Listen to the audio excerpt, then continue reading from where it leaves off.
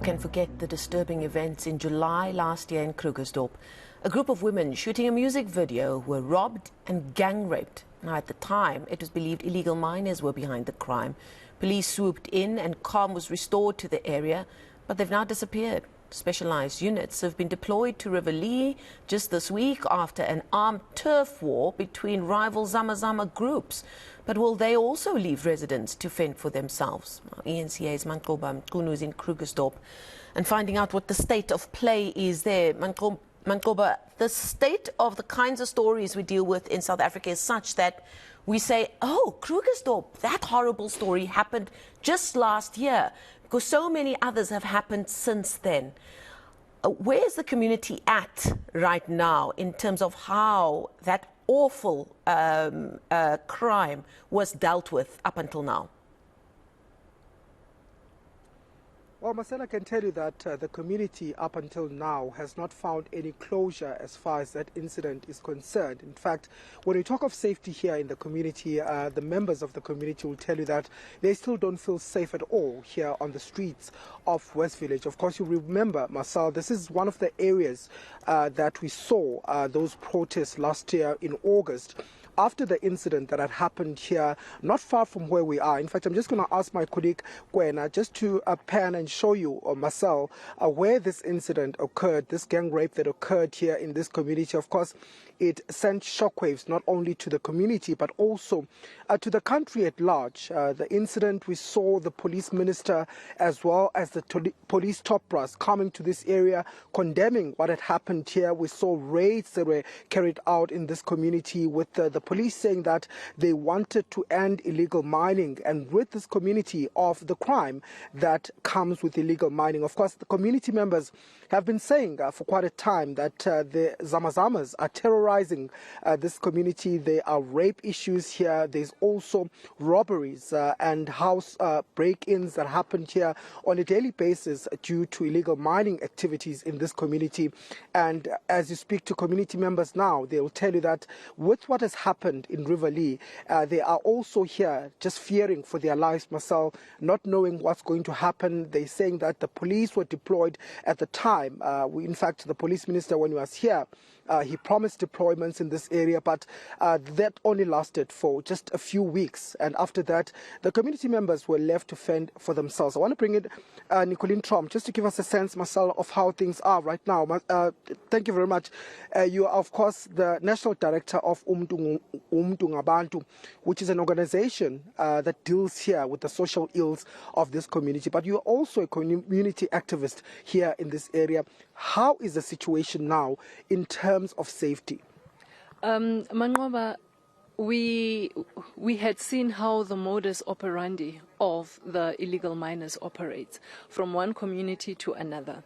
Therefore, we cannot say we are safe, because we still have open shafts that they are working on. We still don't have police visibility, as we had asked the minister last year with the Imbizo.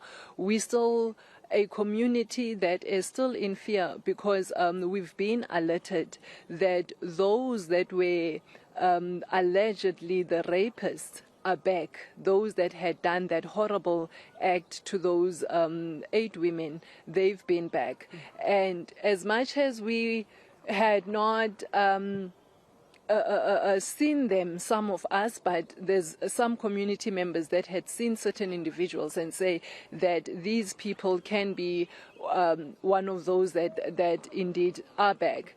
And there's something that we had recently realized, and we're thinking that maybe if the Johannesburg Stock Exchange can also be held accountable and liable of these atrocities that are happening in our communities, can be charged for obstructing and abetting the ends of justice where the communities are. I just want to interrupt you there. Of course, we see that some of them are back here in this community. In fact, I just see some of them just behind here. And from what it looks like, those are some of the illegal miners. Are you seeing a lot more of them this time around?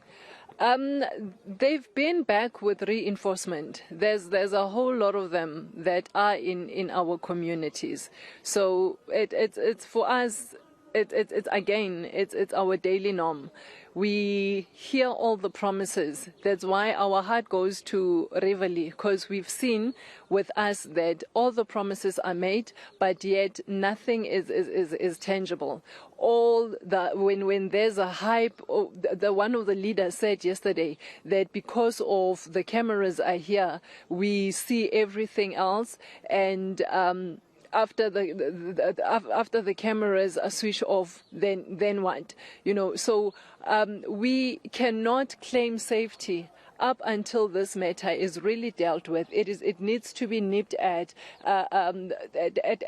its tiniest seed that has been planted. So as communities, I think the affected communities, it's about high time we mobilize ourselves and we think along the lines of how do we hold them accountable? Because the thing is, we cannot claim safety as long as the market is still open for the illegal immigrants. As I've said to you, there's a trend that we had seen now. If you can go to the shop where they are, you would see they will only taking out brand new 200 rand notes. They only buy with those brand new 200 rand notes. You ask yourself, where is it coming from? Because clearly they are not going out there to hustle with the gold that they are mining. Someone is coming to them. Who's coming to them? And that person, where are they getting the money? So that's why I'm saying that the Johannesburg Stock Exchange needs to come to the party as well. Let me ask you this question. Of course, we know that the police minister was here.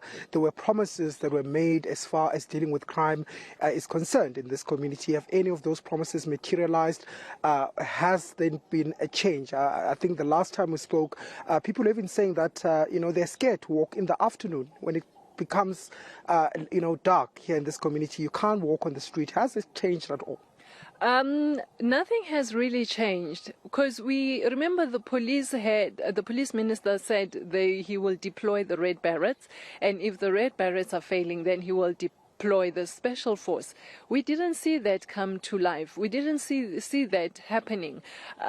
So you cannot be safe up until something is done. And he said in Rivali, hold me with my word. Has his words materialized in the areas that this has started? Because if his word was that powerful, then it means Rivali would not have been experiencing this, and Germiston would not have been experiencing this, and the ones in Free State, they wouldn't have been experiencing this. So we cannot hold the minister with his word, because his word means nothing. What we need is action.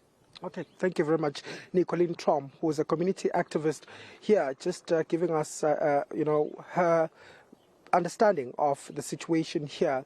Quite terrible, as you can hear, Marcel. The community here still not feeling safe at all. In fact, you understand that there have been quite a number of incidents that have occurred in the recent days. You recall that this is the area where just last year, in November as well, there were 21 bodies that were found here in one of the mines, the unused mines here in this area. And so it's really an issue of safety. And of course, residents are saying that they still don't feel safe at all. They're saying that all the promises that were made by the police minister as far as dealing with the illegal mining have simply not materialized in this community.